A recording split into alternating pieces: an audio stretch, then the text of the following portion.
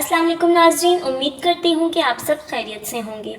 नाज़रीन, एक बेहद ज़रूरी सवाल जो आजकल के नौजवान नस्ल में बिलखसूस पाया जाता है और उनके जहनों में यह होता है, क्योंकि वो मगरबी तौर तरीक़ों से और मगरबी वीडियोज़ को देख कर, जो कि फ़ाहिश वीडियोज़ हैं, उनको देख कर इस चीज़ से एडमायर हो चुके हुए होते हैं और इस चीज़ की आदत उनको पड़ चुकी हुई होती है कि जब वो अपनी फ़र्स्ट नाइट सेलिब्रेट करते हैं या फिर उसके अलावा कभी भी अपनी बीवी से मिलते हैं, मुबाशरत करते हैं, तो उस दौरान वो रोशनी में कर लेते हैं।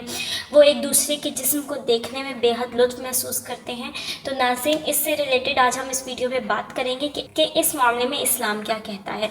और बीइंग अ मुस्लिम, हम लोगों को सबसे अव्वल यही है कि हम लोग इस्लाम को फॉलो करें, उसके रास्तों पर चलें। वीडियो को मुकम्मल आप लोगों ने ज़रूर देखना है। वीडियो को शुरू करने से पहले आप लोगों से एक छोटी सी दरख्वास्त करना चाहूँगी कि अगर आप पहली बार हमारे चैनल को विज़िट कर रहे हैं और आपको हमारी वीडियोस अच्छी लगती हैं तो हमारे चैनल को सब्सक्राइब कर दें और बेल आइकन को क्लिक कर दें ताकि आपको मज़ीद ऐसी वीडियोस मिलती रहें और आपको फ़ायदा पहुँचता रहे। और साथ ही आप हमारी वीडियोस को दूसरों के साथ शेयर कर दीजिए, लाइक कर दीजिए और अपने राय का इज़हार कमेंट्स में ज़रूर कीजिएगा।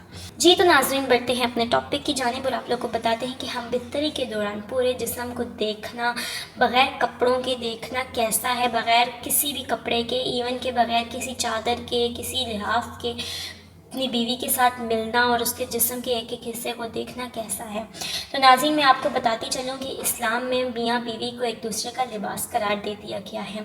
मियाँ बीवी एक दूसरे के जिस्म के किसी भी हिस्से को छू सकते हैं, देख सकते हैं, लेकिन बेहतर ये है कि जब आप मियाँ बीवी एक दूसरे के साथ मुबाशरत करते हैं तो बेहतर है कि कमरे में रोशनी ना हो और एक ऐसी जगह हो जहाँ पे आप दोनों के अलावा और कोई भी ना हो, तन्हाई हो, अंधेरा हो, ताकि आप लोग एक दूसरे के उज़्व ख़ास को ख़ुसूसन बिलख़सूस ना देख सकें गौर से।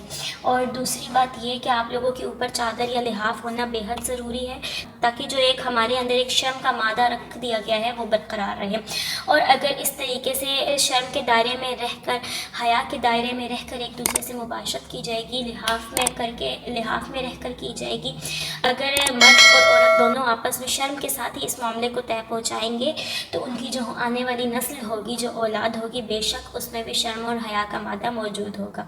आजकल की नौजवान नस्ल और आने वाली मज़ीद नस्ल जो है वो बेहया है, बेशर्म है, उनमें हया की कमी है। तो वो इसी वजह से, क्योंकि वालिदैन जो है वो हया के साथ इस मामले को नहीं करते हैं, तो बहुत ही ज़्यादा ज़रूरी है कि इस मामले में हया बरती जाए, क्योंकि बेशक कमरे में कोई नहीं होता, लेकिन अल्लाह ताला से पर्दा भी बेहद ज़रूरी है, क्योंकि अल्लाह ताला हर जगह मौजूद है और अल्लाह ताला बेशक इसके काबिल है कि उससे पर्दा किया जाए।